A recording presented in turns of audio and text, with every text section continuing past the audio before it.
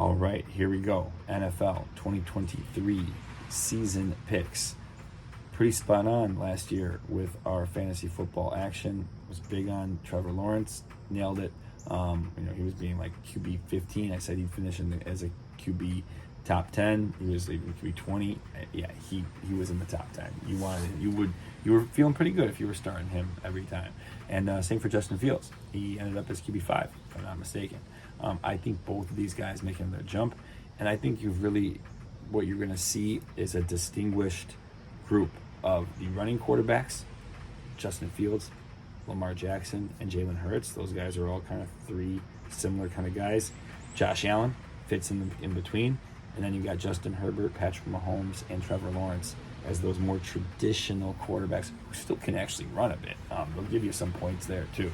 I think it's a golden age, a new golden age for quarterbacks. It's going to be exciting. And QB1, to be tight, but I think my boy Justin Fields gets it done. And maybe that's a bit of a homer pick, and I don't really care. Up at the top of the running backs, I'm going to go out on a limb, kind of. I like BiJan Robinson to be the running back number one this year from a fantasy standpoint. Why not? And then up at the top, I think you're going to see another thing that I think is going to be on the wide receiver side. 2 top 5 wide receivers from the same team. Yeah, that's right. That is going to be Tyreek Hill and Jalen Waddle, right? So, boom, you got a little car action going by. I think this Travis Kelce injury might play out, and I don't think you're going to see him as tight end number 1 this year. So, you might have Mark Andrews or maybe a surprise. Maybe Kyle Pitts actually already figures it out. That was one thing that I missed on last year, but I'm going to go back and say that Kyle Pitts will end up as a tight end 3, top 3.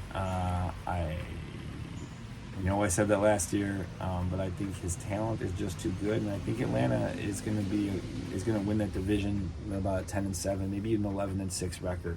The other thing I'll say is I think Jordan Love will be more than serviceable. I think he'll be a really good quarterback.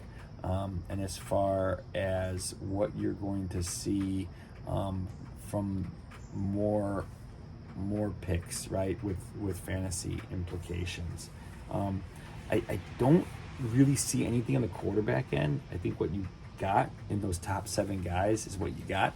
And after that, it's going to be kind of a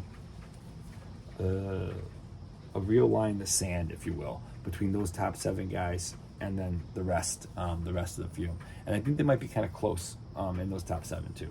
Looking at running back, one of my picks that I like to click, if you will, is James Cook. I think he's going as a low-end RB2. I think he's going to be a low-end RB1, actually. I think they're going to utilize him more. Maybe even Josh Allen doesn't run as much as they have been running him, but we'll see.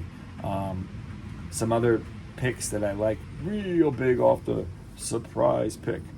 Ty Chandler out of Minnesota.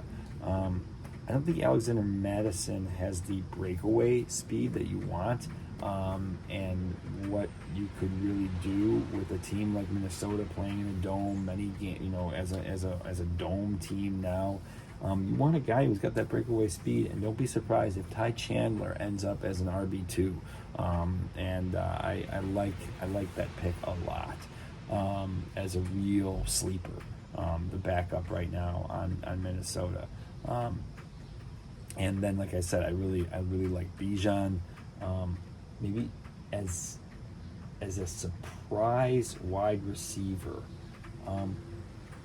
Go for Darnell Mooney. I like what everyone's talking about, DJ Moore. But listen, Darnell Mooney is a talented guy, and he's kind of fallen off the radar, being drafted as like wide receiver 60, and he might end up being a wide receiver 2 or 3, which would be way ahead of where he's being selected. So keep that in mind too. Looking at NFL teams, what's going to happen as the season plays out? Bears are making the playoffs. I don't think they win a game in the playoffs, but I think they make the playoffs. just to keep with that there. I really like what's going on, and be really careful about the Bears in 2024 and 2025. Ooh, look out. But this year, what do I see happening? I see San Francisco being very similar to those amazing teams, amazing defenses, running game, doing things with a little bit of different action, with a guy who's just going to do what he needs to at quarterback.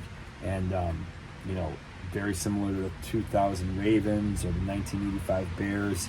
I think San Fran is on that cusp, and I think they might have found a guy who can just kind of balance things out.